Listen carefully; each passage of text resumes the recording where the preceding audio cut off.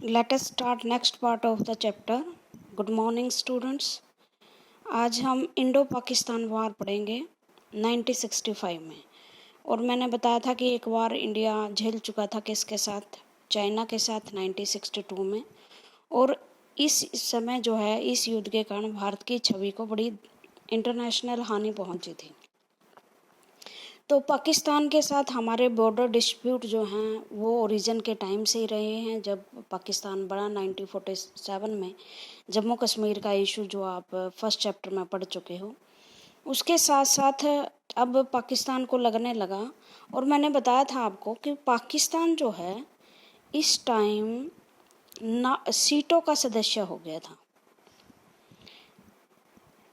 सीटों किसकी संस्था थी ये आपको पता हो? ये अमेरिका का गुट था, मतलब वो अमेरिकन ब्लॉक में शामिल हो चुका था। उसने न्यूट्रल पॉलिसी नहीं अपनाई थी और भारत अभी तक न्यूट्रल था। तो उनको ये पता था कि अगर मैं युद्ध करूंगा तो इंटरनेशनल जो रिलेशंस हैं वो भी मेरे साथ अच्छे होंगे। और दूसरी तरफ 1965 तक आते आते इंडिया रशिया को भी ये लगा था कि एशिया में मुझे कोई काउंटर पावर चाहिए अमेरिका के खिलाफ। तो उसने भी पाकिस्तान को साधने की कोशिश की। जब किसी भी देश के बारे में यह लगता है ना कि ये देश आसानी से काबू में आ सकता है और उसको हम अपने उसमें मिला ले सकते हैं थोड़े से पैसे और हथियारों के उस लालच में, तो उसको सारे देश जो है साधने की कोशिश करते हैं और यूज़ करके उसको फेंक देते हैं। आज अमेरिका ने पाकिस्तान के साथ यही किया है, खूब पैसे दिए, हथियार दिए।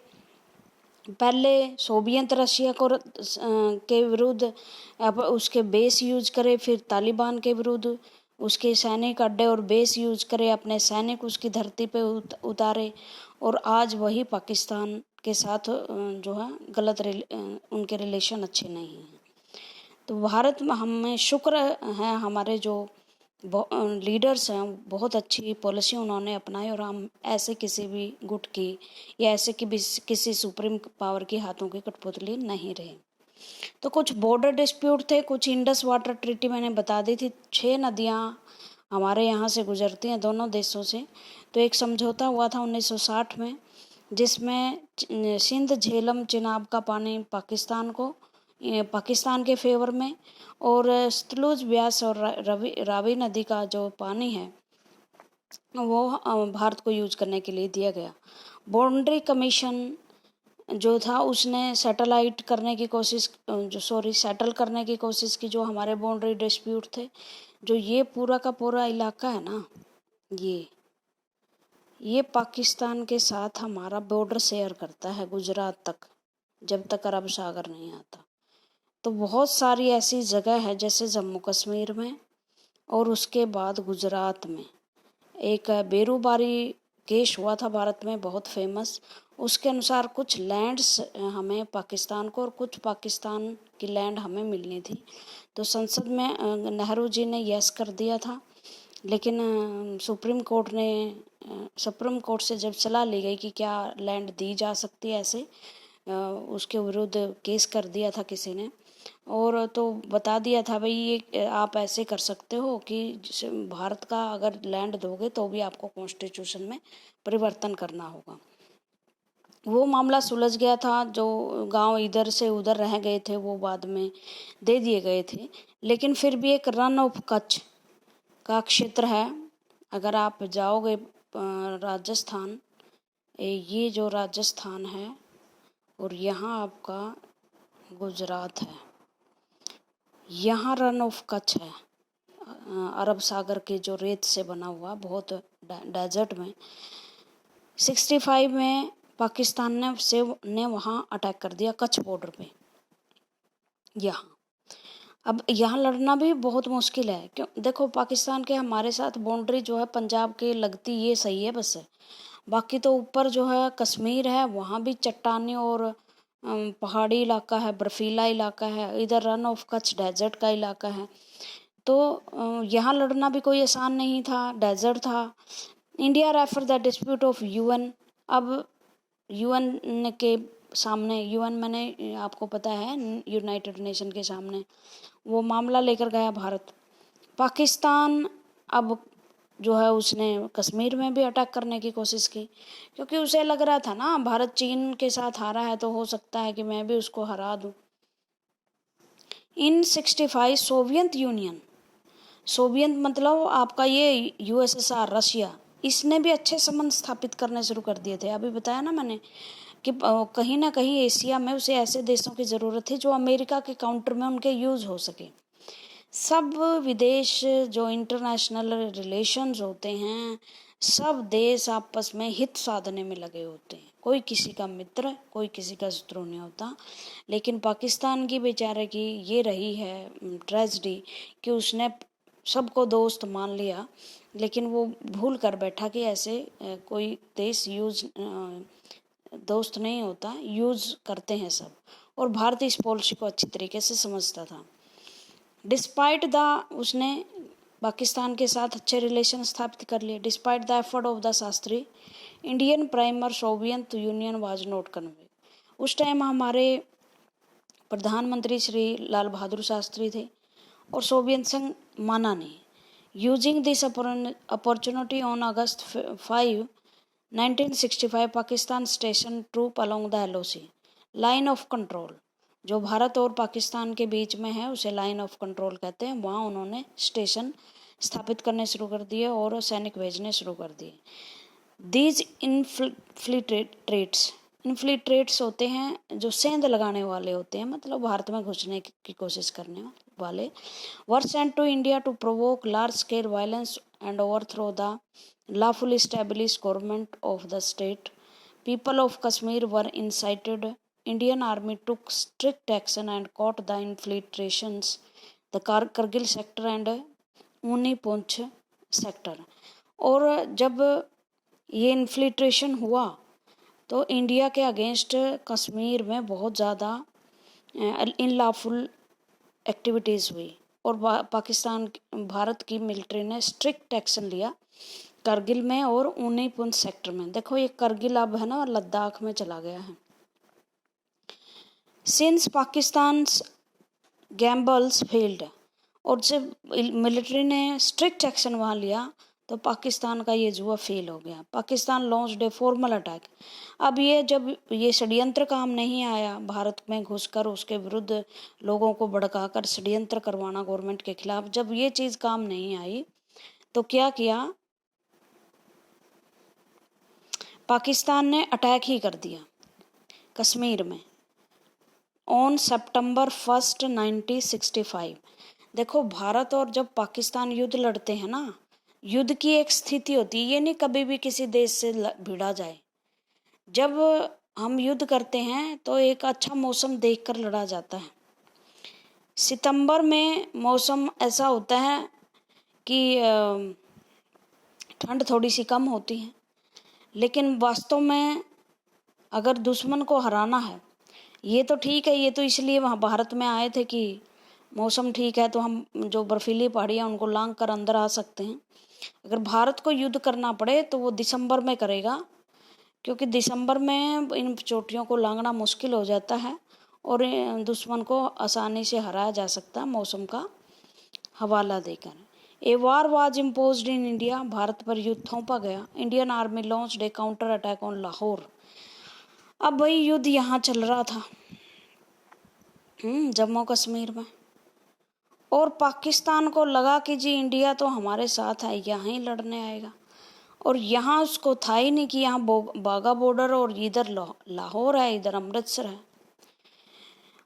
तो भारत ने यहाँ से नाके खोल दिए, जम्मू कश्मीर में तो उसको टक्कर दी ही, साथ में इधर भी मैसिव अटैक शुरू कर दिया। पाकिस्तान को ये नहीं था कि यहाँ से भी हमले हो सकते हैं, और इसलिए वो थोड़ा सा डर गया, बौखला गया। China also express its solidarity with Pakistan. अब चाइना ने भी उसके साथ फेवर जाहिर किया and asked India to close down its military based on Tibet Sikkim border. तो उन्होंने साथ में ये कहा इंडिया को कि अपना जो मिलिट्री बेस है वो सिक्किम से और जो तिब्बत बॉर्डर पर उसे उठा ले। The security council resolution of 26 सितंबर, जो 26 सितंबर को यूएन काउंसिल में ये आया कि आप सीज़ फायर कर दीजिए, लड़ाई मत कीजिए। पाकिस्तान ने और भारत ने दोनों ने सीज़ फायर कर दिया 20 सितंबर को, मतलब 20 दिन युद्ध चला। Pakistan was forced to accept ceasefire on 23 1965।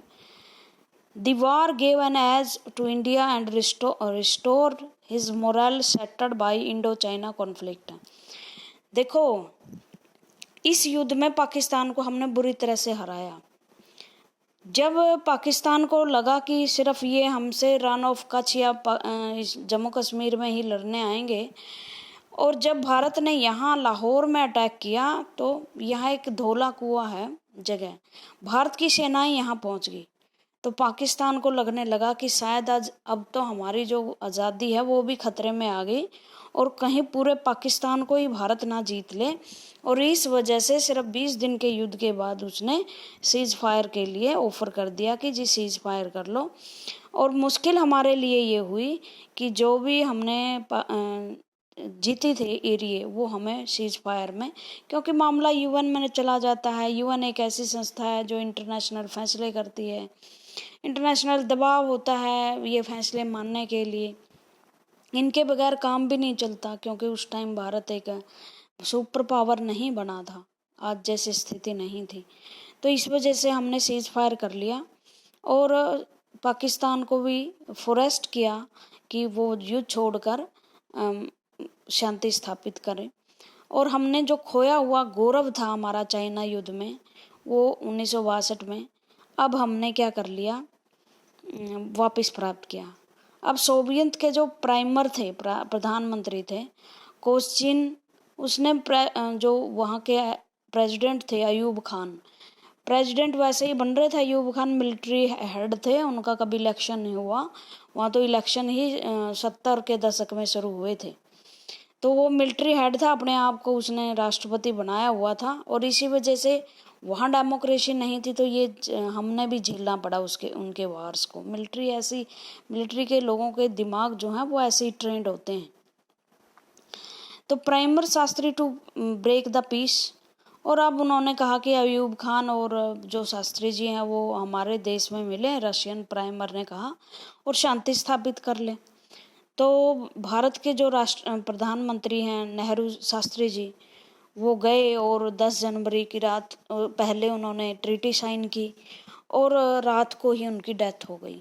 बहुत सारे ये बता रहे हैं कारण कि नेहरू शास्त्री जी की डेथ जो है नॉर्मल थी, कुछ ये कह रहे हैं कि जो रशिया की जो गुप्त एजेंसी है उन्होंने उसकी डेथ करवाई थी, जैसे हमारे यहाँ रो है, इसी तरह एक रशिया की एजेंसी थी।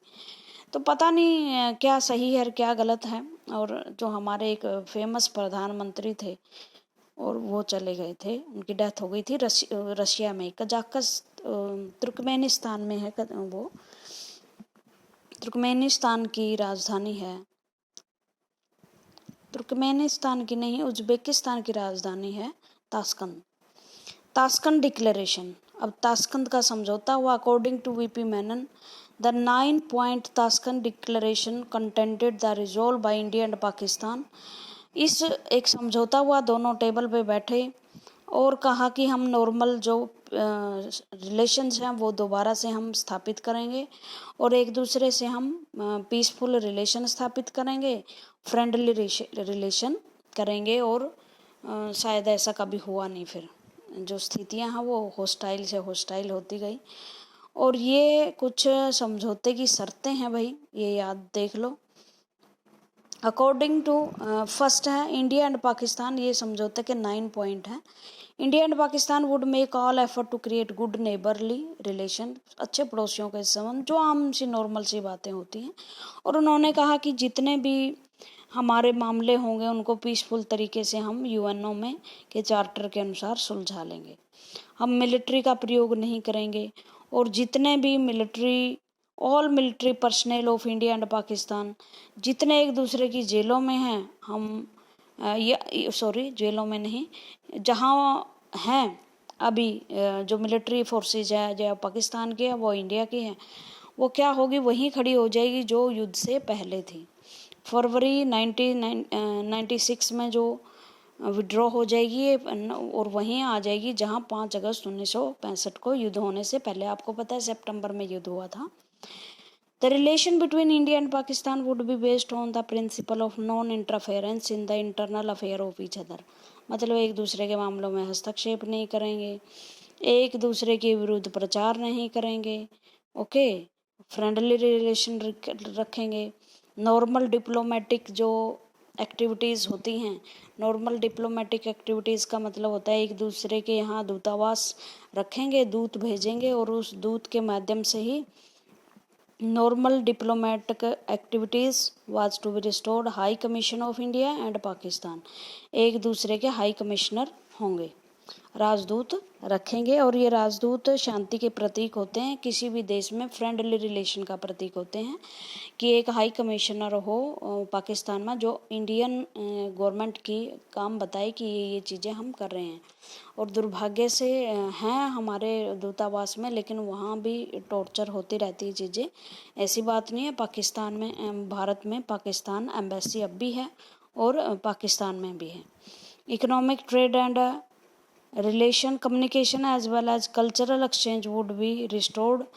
हम चाहे हमारे बीच संबंध अब ठीक ना हो, फिर भी हम इकोनॉमिक गतिविधियां और ट्रेड हैं वो हम शुरू करेंगे। देखो, भारत और पाकिस्तान चाहे अलग भले हुए हों, लेकिन हम अपना भूगोल नहीं बदल सकते। किसी एक महान जो लीडर थे उसने कहा था कभी कि हम चाहे संबंध रखने चाहें किसी देश से या ना रखने चाहें, लेकिन हम अपना भूगोल नहीं बदल सकते।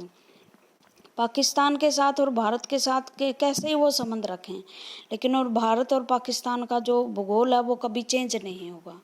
और इस वजह से आपको पता है, आपने गदर मूवी देखी हो तो वहाँ से भर भर के ट्रेनें आती थी रुई की।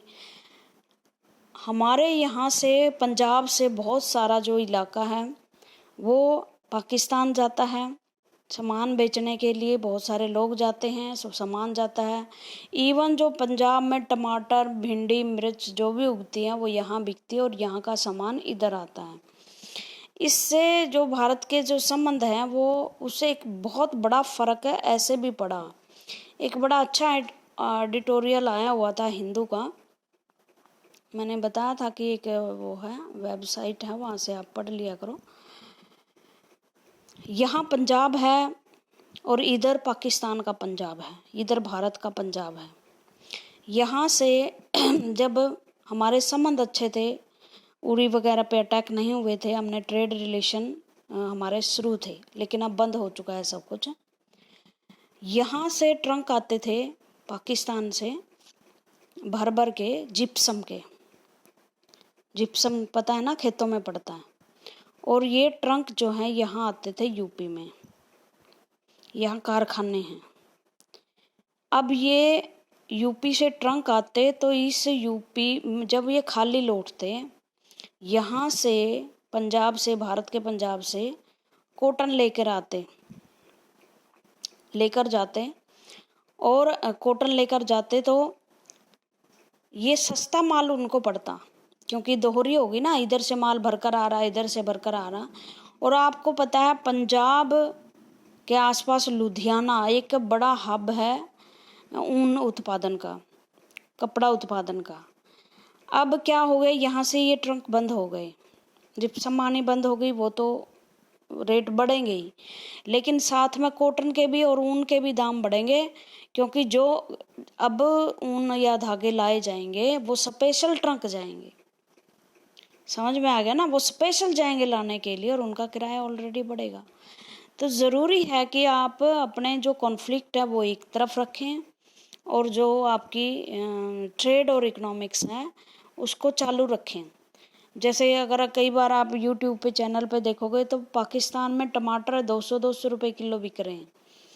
कारण यही है कि जो भारत से सामान जाता था सस्ता होता था, लेकिन अब वो तुर्की से या चाइना से मंगवा रहे हैं, तो वहाँ से ओबियसली बहुत रेट हो गए। तो इस तरह से दोनों देशों को फ़ायदा है। भारत का जो कॉटन उद्योग और वूलन उद्योग है वो इफ़ेक्ट हो रहा है, जिप्सम उद्योग इफ़ेक्ट हो रहा है। तो चाहे मतलब कैसा भी हो, शांति स्थापित कर हो या ना हो, और प्रयास भी करने चाहिए शांति स्थापित करने के, क्योंकि शांति में ही डेवलपमेंट हो सकता है। और हमें अपनी ट्रेड एंड इकोनॉमिक संबंध स्थापित रखने चाहिए। रिपोर्टेशन जो प्रिजनर वार, और अगर कोई बंदी हैं, कई बार क्या होता है, देखो पता नहीं होता, ये समुंदर है भारत और पाकिस्तान के बीच में, इधर सिंध और गुजरात में इधर। अब यहाँ मछुआरे किश्ती लेके गए, उसको पता बेचारे को थोड़े नहीं है कि तो कब पाकिस्तानी समुद्र में प्रवेश कर गया और कब भारत में प्रवेश कर गया। तो क्या होता है, इस तरह से मछुआरे जो हैं वो इधर से उधर चले जाते हैं, और भारत के जो मिलिट्री है वो उनको पकड़ लेती है, और पाकिस्तान को के मछुआरों को पाकिस्तान की मिलिट्री पकड़ लेती है, और भारत के मछुआरों को पाकिस्तान के मछुआरों को इंडियन आर्मी पकड़ लेती है, और इंडिया के जो मछुआरे हैं उनको पाकिस्तान आर्मी पकड़ लेती है। और इस तरह से जब दोनों देशों के संबंध खराब हो तो ये बेचारे वैसे ही बिना किसी कसूर के जेलों में सड़ते रहते हैं। अगर संबंध अच्छे हैं तो आपके इस तरह के जो अगर लोग हैं, बंदी हैं, उनको आसानी से छुड़वाया भी जा सकता है। There was need to set up joint India-Pakistan bodies to recommend further step matter of direct concern to country। अब हम क्या करना चाहिए, अगर दोनों पाकिस्तान और इंडिया को, अगर आपका कोई भी मैटर है, चाहे वो बाउंड्री इशू है, चाहे मिलिट्री का इशू है, एक पाकिस्तान इंडिया बॉडी स्थापित होनी चाहिए। और मैं आपको बता दूं, ये स्थापित है, सीमा जो है ज्वाइंट कमीशन है एक भारत और पाकिस्तान का, वो बैठता है और बात करता है, ऐसी बात नहीं कि हम बात नहीं करते। The Tashkent declaration was a historic document, और ये एक ऐतिहासिक डॉक्यूमेंट था। It was hope that India Pakistan might turn away from the path of the conflict and strive to live in peace. और ऐसे लग रहा था कि दोनों शांति में रहेंगे, बट सून, लेकिन दोनों तरफ से फिर डिसइल्यूजन हो गया। जुल्फिकार अली भुट्टो, आपको नाम याद होगा इसका, एक स्टेट थी जूनागढ़, याद है, पहले चैप्टर में पढ़ाया था। यहाँ शाहनवाज भुट्टो, इस जूनागढ़ स्टेट, क्योंकि इसका राजा जो है वो नवाब पाकिस्तान भाग गया था, और शाहनवाज भुट्टो यहाँ के दीवान रह गए थे, और उसने ही साइन किए थे कि हम भारत में शामिल हो रहे हैं। लेकिन शाहनवाज भुट्टो जो है वो जाके पाकिस्तान चले गए थे। उसके जो बेटे थे वो थे जुल्फिकार अली भुट्टो, उसने, और ये पहले चुनकर आए थे भाई, अयूब खान के चहेते व्यक्ति थे, सबसे पहले चुने हुए राष्ट्र प्रधानमंत्री यही थे, जुल्फिकार अली भुट्टो। और ये पता आपको 1970 के इलेक्शन हुए थे वहाँ, तभी बने थे। तो उसने गलत काम, मतलब गलत फैलाव विचार, आइडियोलॉजी प्रसारित करनी शुरू कर दी।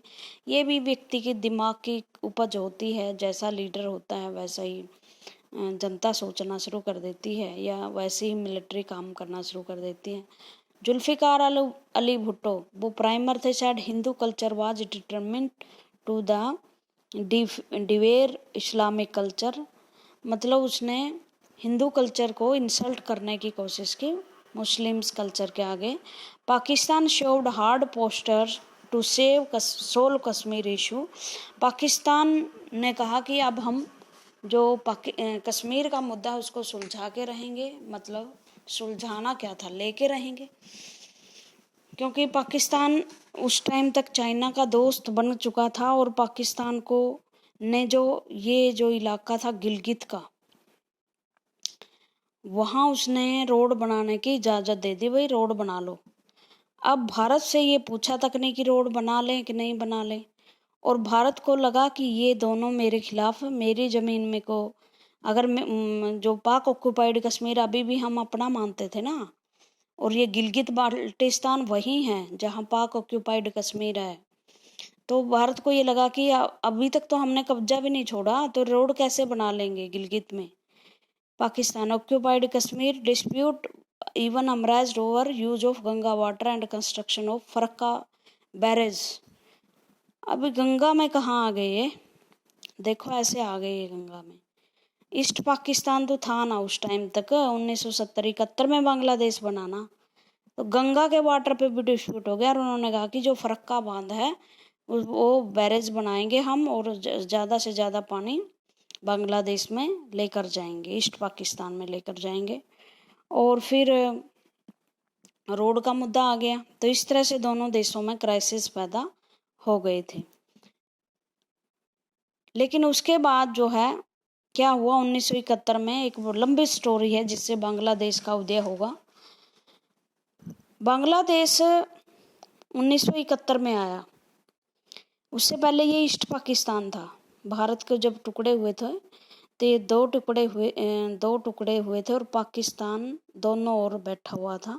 ये जो इस तरफ बंगाल लगा लो आप, पूरा मैप पे तो आ नहीं रहा अभी, और इस तरफ भी पाकिस्तान था, ठीक है। लेकिन जो जिन्ना साहब की 2 नेशन थ्योरी थी वो धर्म पर आधारित थी, लेकिन वो भूल गए थे कि नेशन का एक और तत्व होता है सबसे बड़ा, भाषा और कल्चर। जो लोग भाषा के आधार पर और कल्चर के आधार पर सेम नहीं होंगे तो एक दूसरे से क्या होंगे। और एक और होता है ज्योग्राफिकल कॉम्पैक्टनेस। मैंने 11वीं में बताया था, जब तक आपके देश के टुकड़े जुड़े हुए नहीं होंगे तो भी नेशन की जो भावना है वो कमज़ोर रह जाती है। ओके, तो उसके बाद यहाँ बोली जाती थी उर्दू। बोली क्या, राजकीय भाषा, राष्ट्रीय भाषा डिक्लेयर कर दी थी उर्दू। और ये लोग थे बंगाली, वो नहीं जानते थे किसी उर्दू को, बंगाली लोग थे ये। इनका कल्चर काफ़ी हद तक भारतीयों से मिलता जुलता था। अगर आप वहाँ देखोगे आप भी खादी की साड़ियाँ पहने हुए जो हैं औरतें मिलेंगी आपको, और वो बड़ा सिंपल सा जीवन होता है उनका, वो इतने कट्टर नहीं होते जिस तरह से। लेकिन जो इनका जीवन है वेस्ट पाकिस्तान का, इनकी कल्चर मध्य एशिया या अरेबिक कंट्री का जो कट्टरपंथ है उस तरह के मुस्लिम कल्चर से मिलता जुलता है। अब क्या हुआ, मुजीबर रहमान जो इसके बांग्लादेश के बड़े लीडर थे, उन्होंने 1971 के इलेक्शन में भाग लिया, लेकिन उनको बनने ही नहीं दिया कुछ भी। और सारी सीटें लगभग मतलब असेंबली में, पार्लियामेंट में उनका इतना हिस्सा आ गया था, पार्लियामेंट में इतनी बड़ी मेजोरिटी मिल गई थी कि वो हमेशा मेजोरिटी मिल गई थी उसको कि वो प्राइम मिनिस्टर बन सकते थे पाकिस्तान के। लेकिन जो ये वेस्ट पाकिस्तान वाले हैं ना, वो ही तो डोमिनेशन स्थापित रखना चाहते थे। वो ईस्ट पाकिस्तान को तो वैसे ही लगा रहे कि ये तो पार्ट है, इसमें से कोई लीडर थोड़े नहीं होगा, वेस्ट वालों में से लीडर होगा। तो उन्होंने शेख मुजीबर रहमान को, जुल्फिकार अली भुट्टो आए इसको मुजीबर रहमान को मनाने के लिए कि आप पीएम पद छोड़ दीजिए, आपको हम कभी भी सरकार वो नहीं बनने देंगे। लेकिन मुजीबर रहमान नहीं माने और उन्होंने एक मुक्ति वाहिनी सेना बनाई।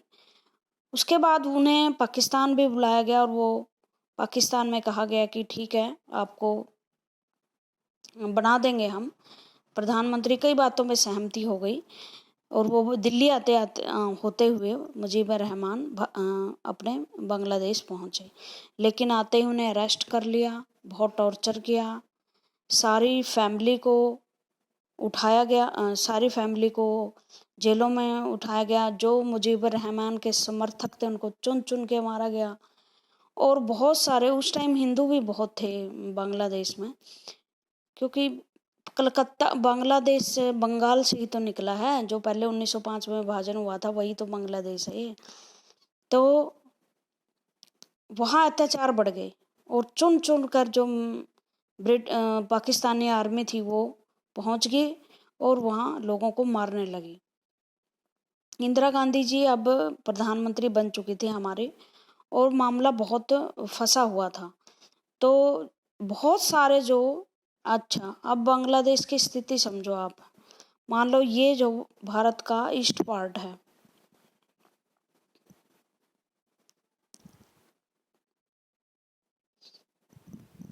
सॉरी,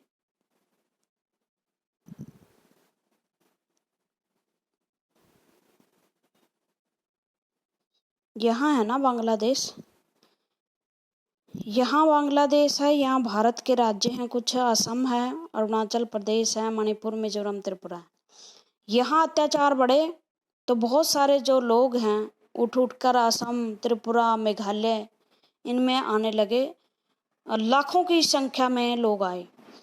अब भारत को एक तो इतने मात्रा में शरणार्थियों को शरण देना, दूसरी तरफ जो है वहाँ के जो लोग हैं जो असम और अरुणाचल प्रदेश को वो एक्सेप्ट नहीं कर रहे थे, तो भारत पर एक दबाव था बड़ा कि क्या किया जाए। लेकिन इंदिरा गांधी युद्ध को थोड़ा सा दिसंबर तक ले जाना चाहती थी जब फेवर में हो। तो उस टाइम हमारे कमांडर से उन्होंने, जो मिलिट्री हेड थे, उनसे पूछा कि युद्ध की कब हो सकता है, तो उन्होंने यही टाइम दिया था कि आसानी से हम हरा सकते हैं उस टाइम।